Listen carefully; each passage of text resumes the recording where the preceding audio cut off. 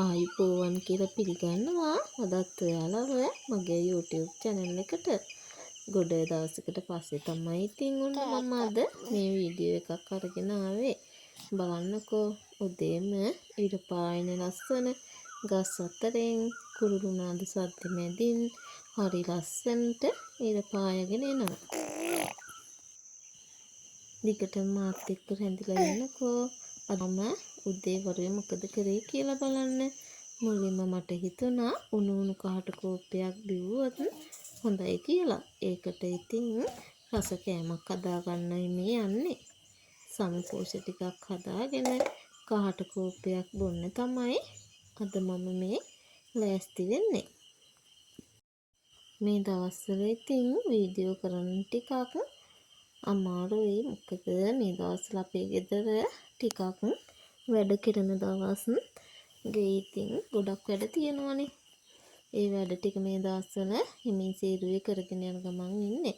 මොකද සිංහල අලුත් අවුරුද්දත් ළඟම එන නිසා අපි හිතුවා ටිකක් පිළිවෙලකට ගේ වැඩ ටිකක් ඉවර කරගන්න ඕනේ කියලා. ඒ නිසා ඉතින් වීඩියෝ ගේනවා ටිකක් අඩුයි. චූටි බබාත් පහුගිය ටිකේම අසනීපෙන් තමයි හිටියේ. ඒ නිසා තමයි වැඩිපුරම වීඩියෝ කරන එක මගහැරිලා ගියේ.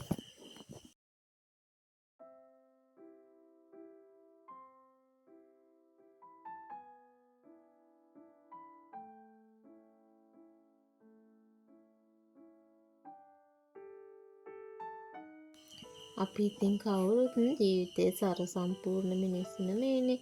අපි ඉතින් ටික අපේ මහන්සියෙන් දෙමව්පියන්ටවත් කාටවත්ම කරදරයක් නැතිව තමයි අපේ ගෙවල් උනත් හදාගෙන යන්නේ.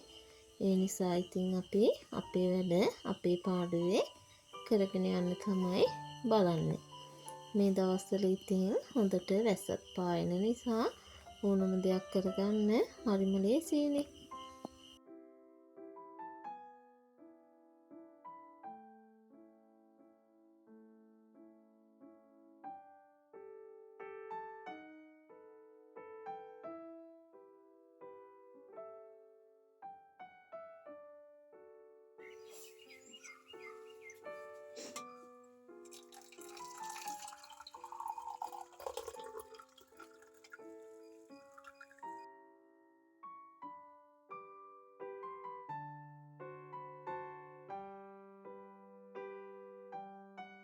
උණු කහට කෝප්පෙත් බීලා අලුත් ඇඳුමක් එහෙමත් ඇඳගෙන හොඳට පිරිසිදු වෙලා මම මේ මල් කඩාගෙන ඇහිල්ලා වට්ටිවලට අහුර ගන්නවා බුදුරජාණන් වහන්සේට පූජා කරන්න. මම ඉතින් නින්දේ අනිවාර්යෙන්ම උදේට හවසටයි කරනවා. චූටි පුතත් ඉතින් හරිම ආසයි මේ දේවල් වලට. එයා වඩාගෙන මම ඉතින් මගේ වැඩ ටික මේ විදිහට තමයි කරන්නේ. අද ඉතින් ඉස්කෝලේ දවසක් නිසා ලොකු පුතා නම් ගෙදර නැහැ. මේ වෙලාවේදී චූටි පුතයි මමයි තමයි ගෙදර ඉන්නේ.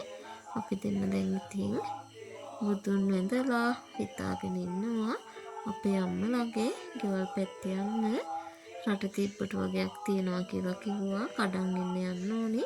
හවසට මඤ්ඤොක්ක කොළ ටිකක් කොටන්න.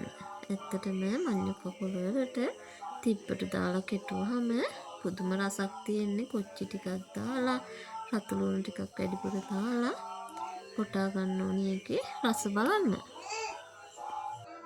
මේ බලන්නකෝ ලස්සන මල් ගහක් හැදිලා මගේ වත්තේ. මේක කොහොම හැදුනද කියන්නම් මමවත් දන්නේ නැහැ. ඔන්න බලන්නකෝ අර අටපිටිය කියන එක පුකුර වෙන්න හැදිලා. ඇත්තටම හරිම ලස්සනයි. මේ විදිහට දැක්කහම පුදුම ලස්සනක් තියෙන්නේ. මට හිතුණා ඒ වගේ මල් ටිකක් කඩලා වෙනම වට්ටියකට අහුරලා පූජා කරොත් හොඳයි කියලා.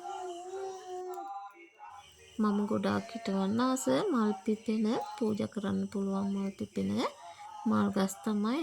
අද නම් ඔන්න මම මගේ ගස් ටික ගොඩක් හරි කප්පාදු කරා. ආයිමත් ඒ ටික ඉක්මනටම වැවිලා මල් පිපේවි. මොකද අර ගොඩාක් හැදුනහම කැලෑව වගේ වැහුනම හරිම කැතයිනේ. චූටි පුතාව ගේ තියලා මම ඉතින් ඒ ටික කප්පාදු කරලා දැම්මා. නැත්තම් ගොඩාක් අමාරුයි. මේ දවස්වල සර්පයෝ හැම එනවා වැඩිනේ. මොකද පායනකොට ගොඩාක් වෙලාවට සර්පයෝ එහෙම මේ පැත්තට එනවා.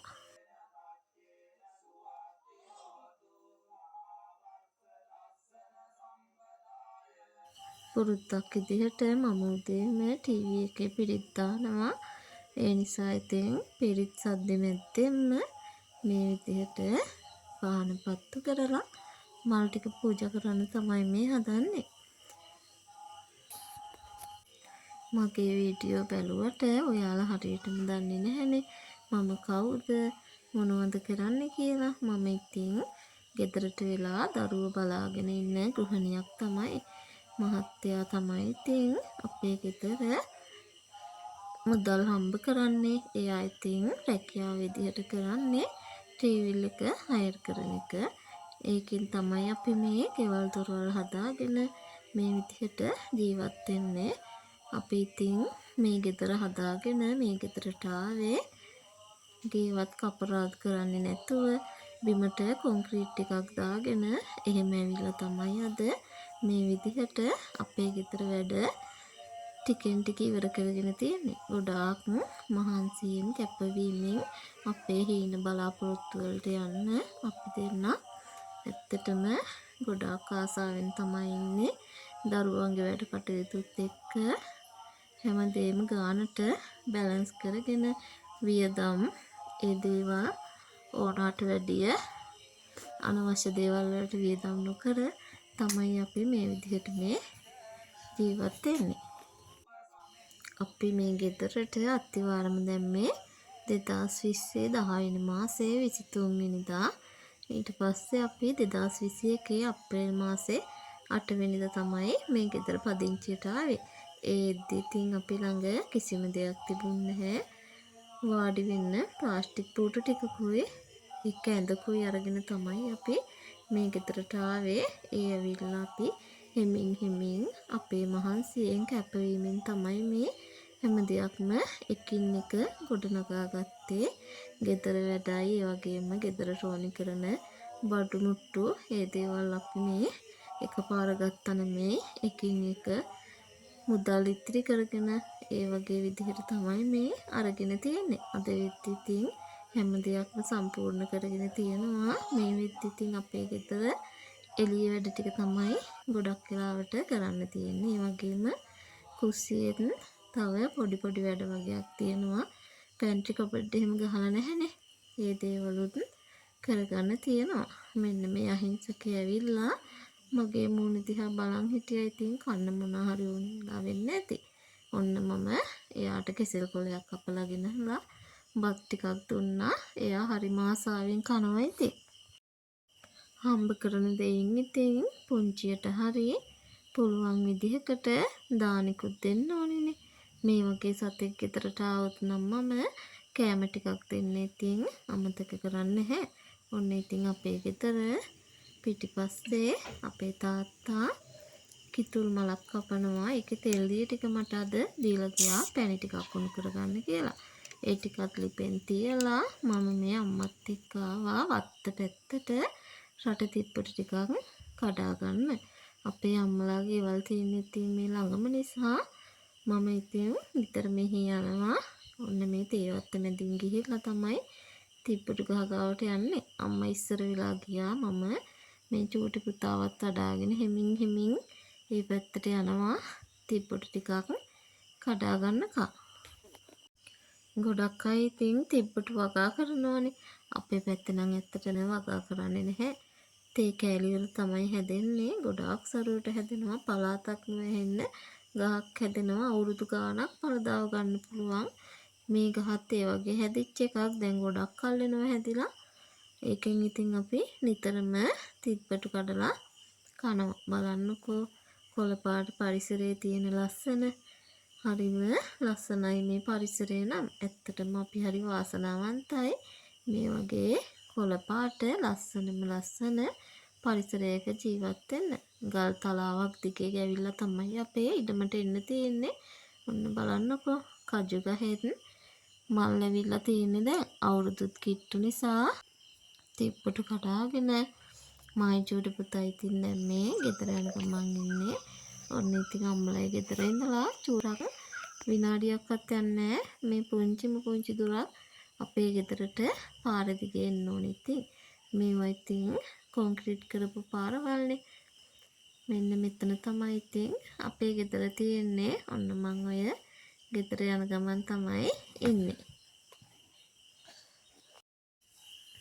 ඔහොම තමයි ඉතින් මගේ උදේවරු ගෙවිලා ගියේ. එහෙනම් ඉතින් ඔයාලා සතුටින් පරිස්සමින් ඉන්නකෝ. ඉක්මනින්ම එන්නම්.